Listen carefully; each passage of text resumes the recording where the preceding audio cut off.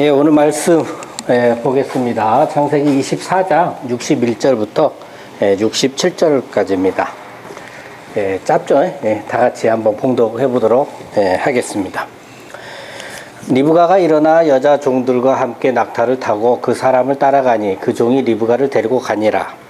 그때 이삭이 브엘라헤로이에서 왔으니 그가 네게브 지역에 거주하였음이라. 이삭이 저물 때에 들에 나가 묵상하다가 눈을 들어 보매 낙타들이 오는지라.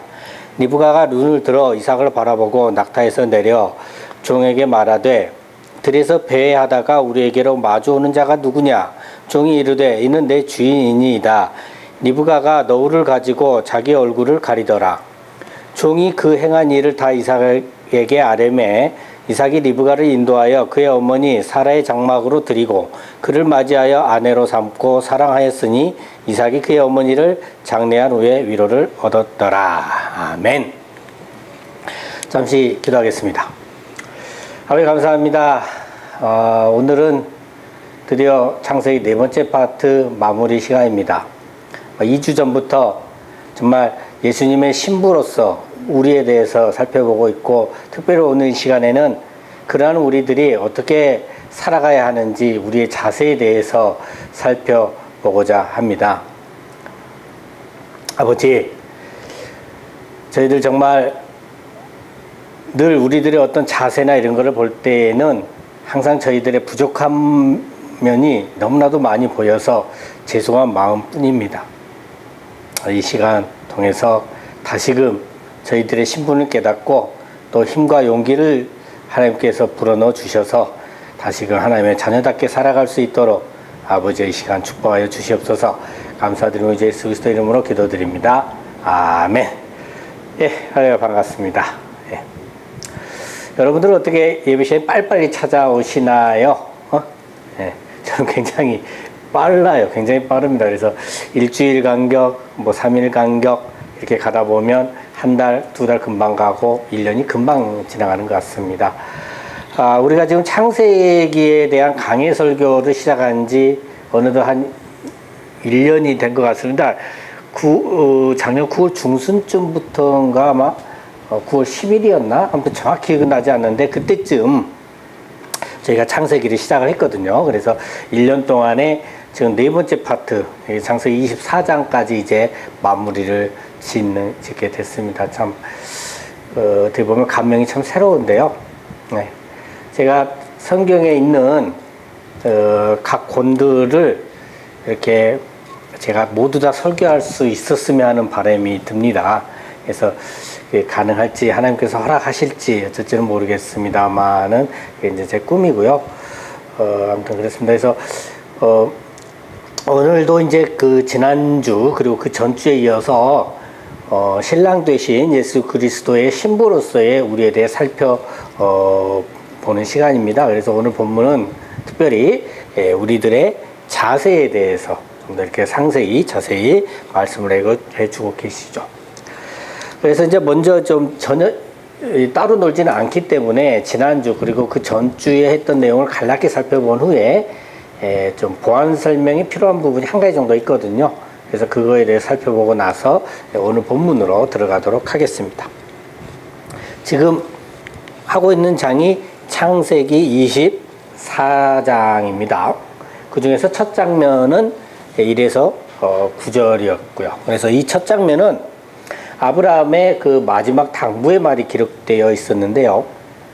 아브라함은 종에게 지금 거주하고 있는 가나안 족속의 딸 중에서 자신의 아들 이삭의 아내를 택하지 말고 자신의 고향, 자신의 족속에게로 가서 아들 이삭을 위하여 아내를 택하라고 하면서 종에게 맹세를 요구를 했고요. 종은 체험을 통해 만들어진 그 아브라함의 그 확신, 믿음의 확신을 보면서 맹세를 하게 됩니다.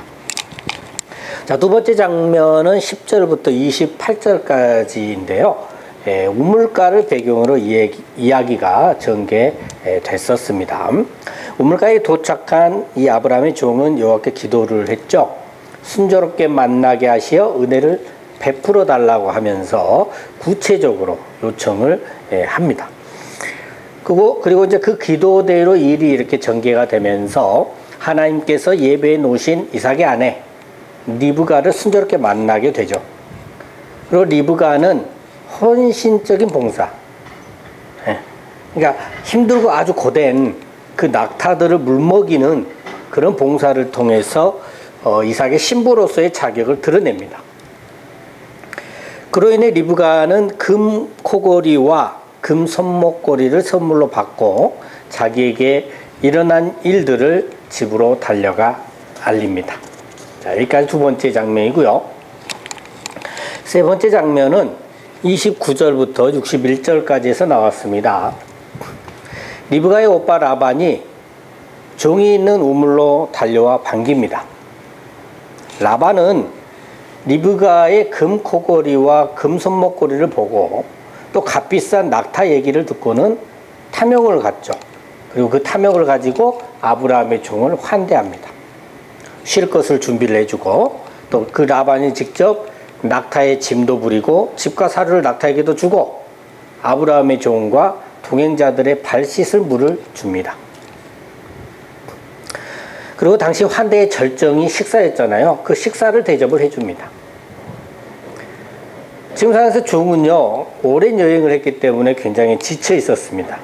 먹을 걸 눈앞에 봐요. 얼마나 먹고 싶겠습니까? 근데 그럼에도 불구하고 자신의 배부터 채우기보다는 임무를 완수하기 위해서 뭐라고 합니까? 내가 내일을 진술하기 전에는 먹지 아니하겠나이다 라고 합니다. 그러면서 이제 그동안의 과정을 쭉 이야기하고 또 리브가를 신부로서 데려가기 위한 협상을 전개를 하죠. 그리고 마침내 성공을 했습니다. 그렇게 종은 리브가와 함께 이제 그곳을 떠나 이삭이 있는 곳으로 출발하게 됩니다. 그리고 이제 오늘 본문의 내용으로 이제 이어지게 되죠. 자, 여기서 오늘 본문 들어가기 전에 잠깐 살펴볼 게 있습니다. 금 코골이와 금 손목고리 한 쌍에 대해서 우리가 좀 더 살펴봐야 하는데요. 자, 코골이와 손목고리가 무엇으로 만들어졌습니까? 네, 금이죠. 금은 뭘 나타냅니까? 변하지 않는 것, 순수함, 뭐 이런 걸 나타내죠. 물론 이제 리브가가 사람이긴 하지만요, 우리가 동물에게 코골이를 왜 하는 줄 아세요? 소에게, 밭가는 소에게 코골이 하는 이유는 주인이 자신이 원하는 방향으로 소몰이를 하기 위함이죠. 자, 그리고 소는 뭘 나타냅니까? 수단을 나타내죠. 그 양손에 목걸이를 채웁니다. 수단을 제어하는 것이죠. 마치 수갑을 찬다고 한번 생각을 해보세요. 경찰이 범인을 자기 마음대로 끌고 가기 위한 것이죠. 리브가를 이삭에게 데려가 신부로 맞이하기 위해서 금 코골이를 꿰고 금 손목고리를 끼운 것입니다.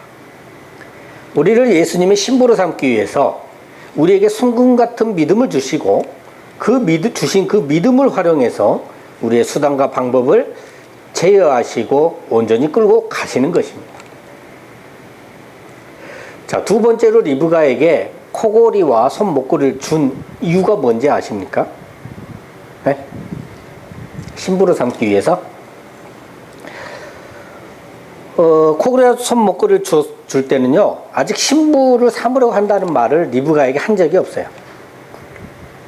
만일 리브가가 신부 되기를 거절해도 이미 줬던 금 코골이와 금 손목고리를 돌려받지 못해요. 그럼 큰일이잖아요.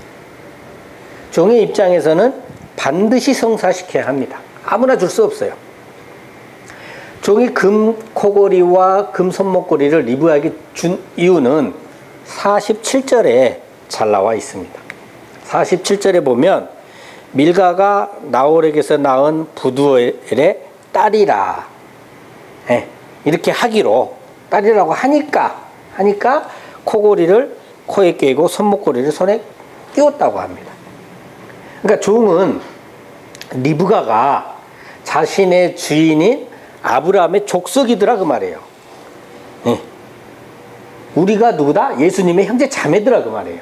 그러니까 코골이를 코에 꿰고 손목고리를 손에 끼워줍니다. 왜요? 하나님의 자녀니까, 예수님의 형제 자매이니까 어차피 예수님의 신부가 될 거니까 그래서 금코골이와 금손목걸이를 주어도 그냥 날리지는 않게 될 거잖아요. 자, 그리고 세 번째로 코골이와 손목걸이는 누가 꿰고 누가 끼웁니까?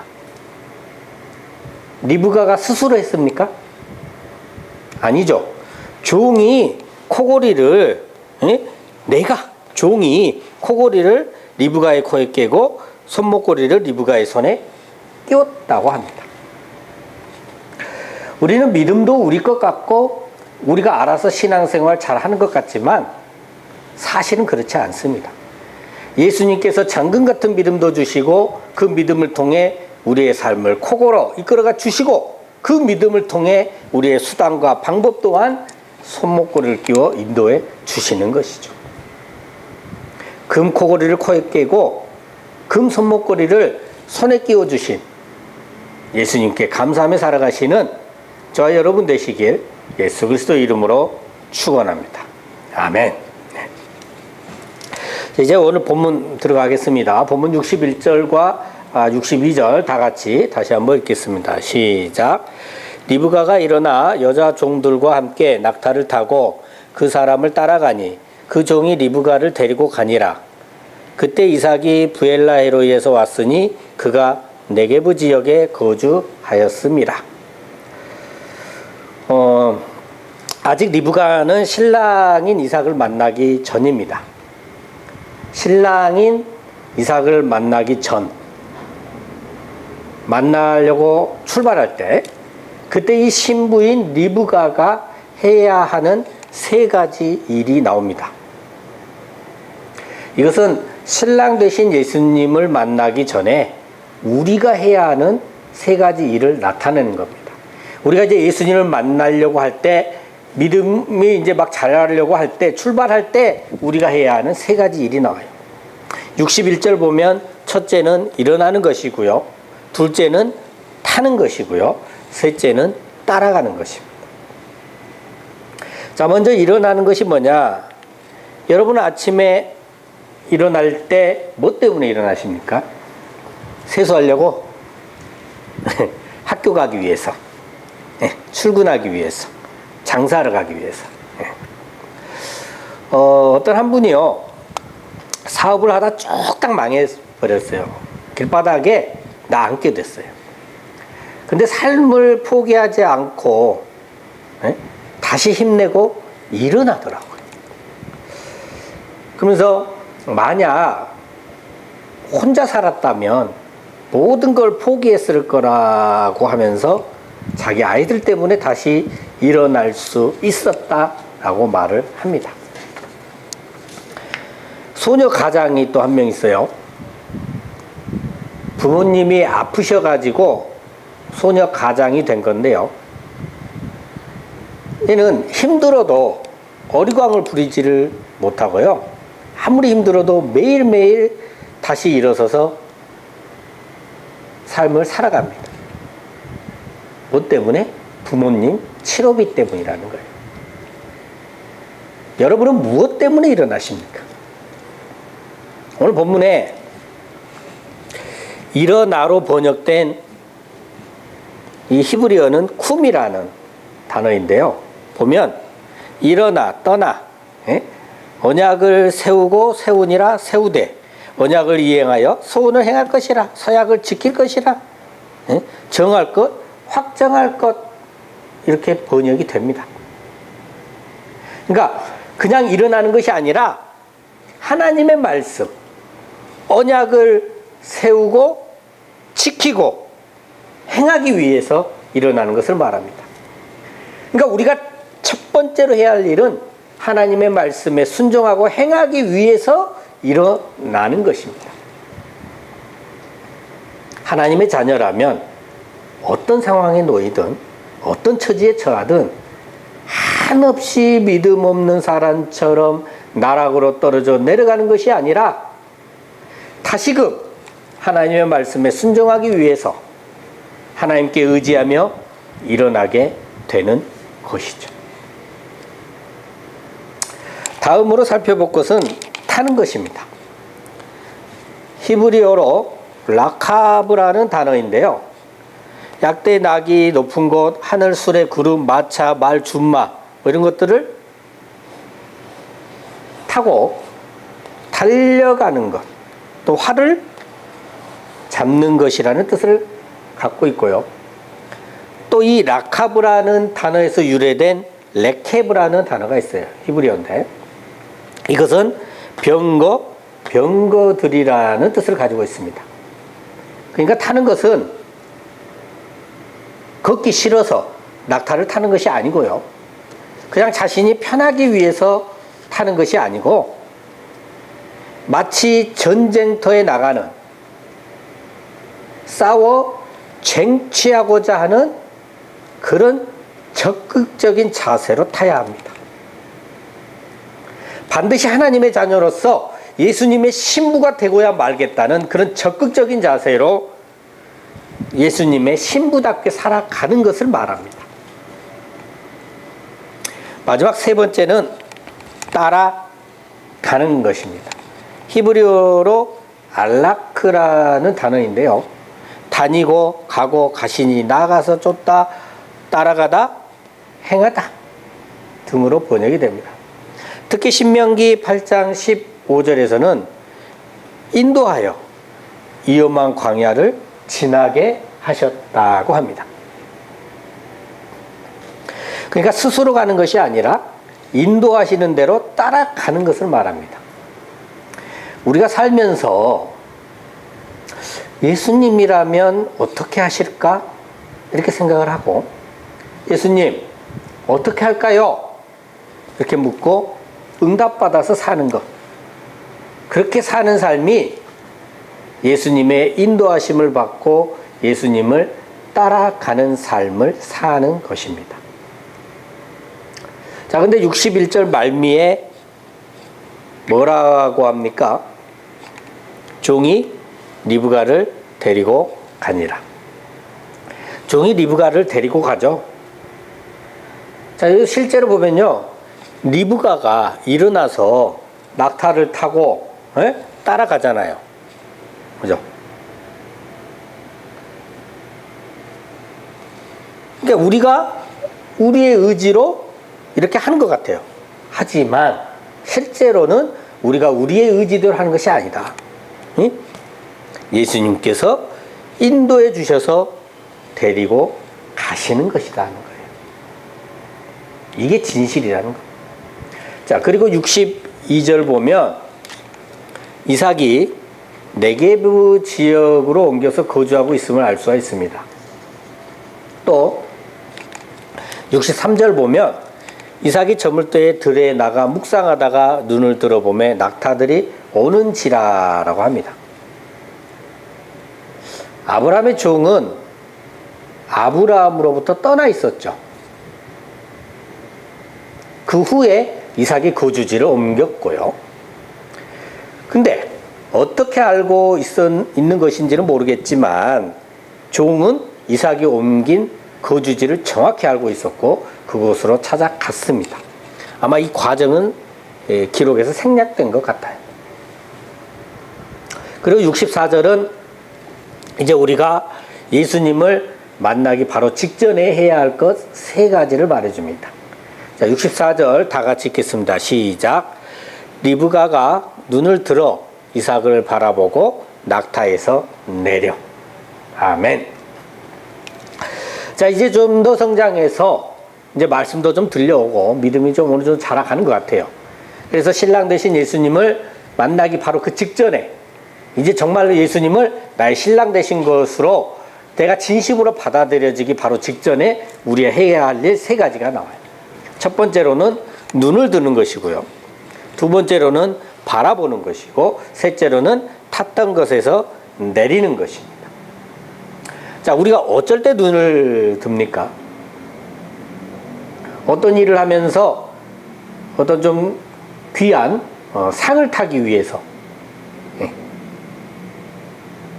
또는 대학에 합격하기 위해서 또는 어떤 취업시험에 합격하기 위해서 우리가 눈을 들어서 그것을 바라봅니다.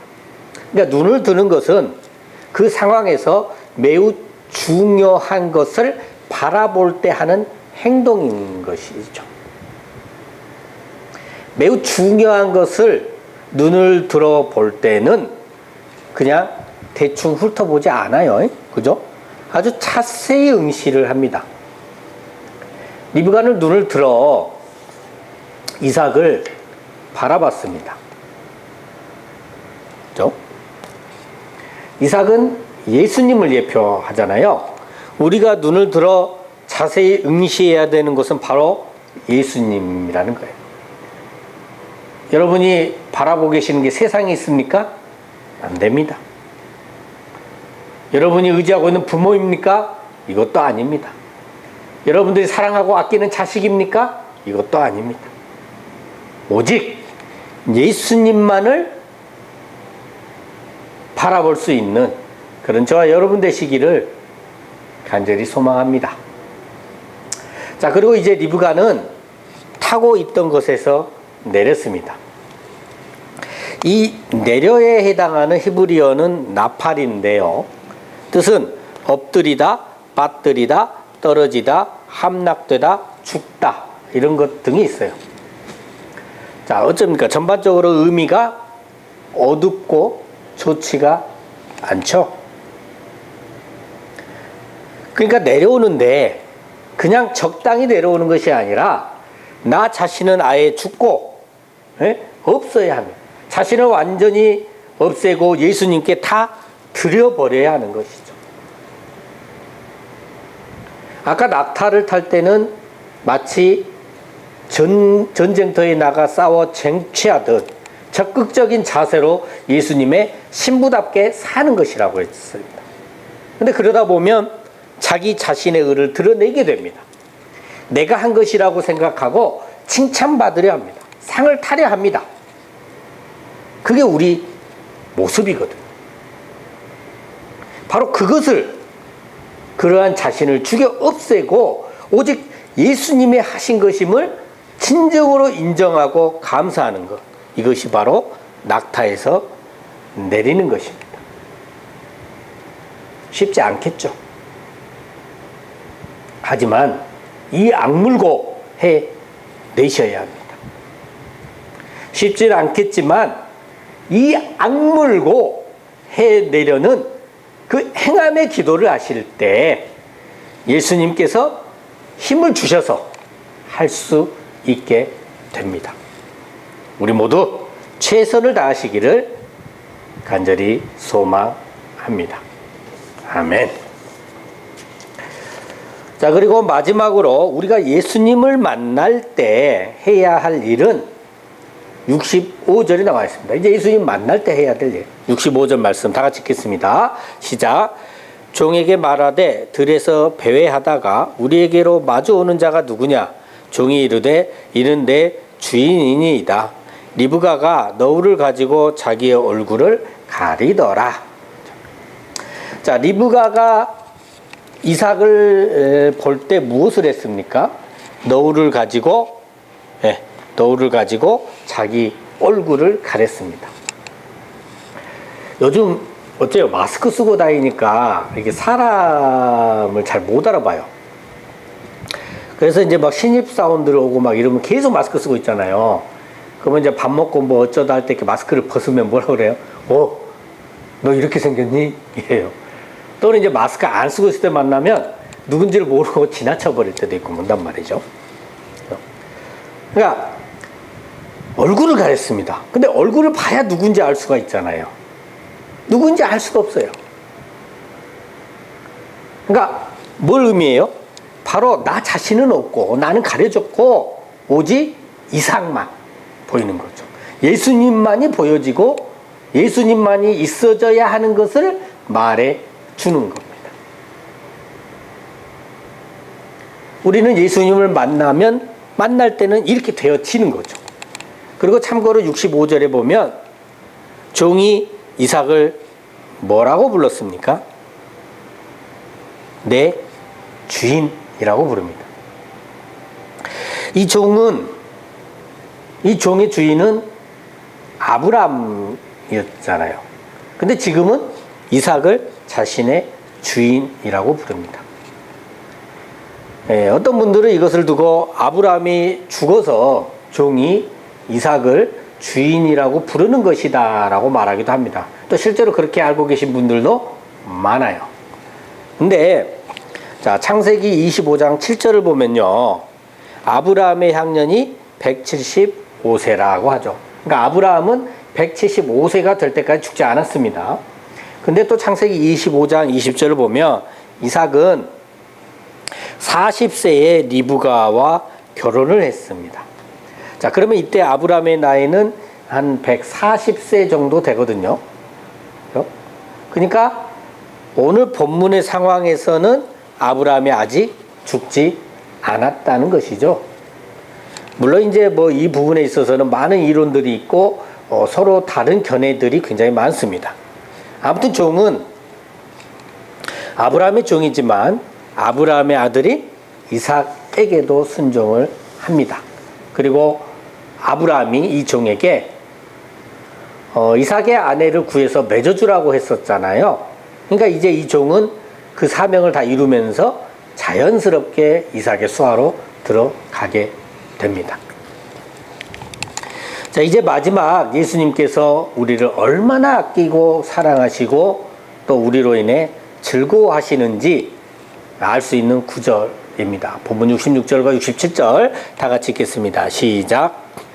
종이 그 행한 일을 다 이삭에게 아뢰매 이삭이 리브가를 인도하여 그의 어머니 사라의 장막으로 드리고 그를 맞이하여 아내로 삼고 사랑하였으니 이삭이 그의 어머니를 장례한 후에 위로를 얻었더라.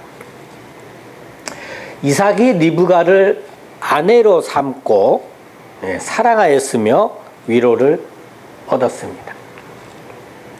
여러분, 사랑하는 사람이 있습니까? 그러면 힘들고 외롭고 괴로울 때 그 사랑하는 사람으로 인해 위로를 얻고 힘과 용기가 아마 날 겁니다. 그러시죠? 예수님께서도요, 우리를 아내 삼아 주시고 사랑해 주십니다. 그리고 그런 우리로 인해 위로를 얻으십니다. 우리를 이처럼 사랑해 주시는 예수님, 이분 곁을 절대로 떠나지 마시고 딱 붙어 계시기 바랍니다. 여러분, 예수님만이 우리의 소망입니다. 예수님만이 우리의 희망입니다. 예수님만이 우리의 구원이심을 믿고 예수님 곁에 딱 붙어 늘 함께 살아가시는 저와 여러분 되시길 예수 그리스도 이름으로 축원합니다. 아멘. 네, 기도하겠습니다. 아버지 하나님, 오늘은 우리가 어떻게 살아야 하는지 그 자세에 대해 살펴봤습니다. 오늘 이 말씀에 개 이름으로 불순종하거나 교만함으로 거부하지 않도록 강권적으로 인도하여 주시고 오직 예수님께만 의지하고 예수님께만 맡기며 살아갈 수 있도록 축복하여 주시옵소서. 늘 감사드리며 우리 주 예수 그리스도 이름으로 기도드립니다. 아멘.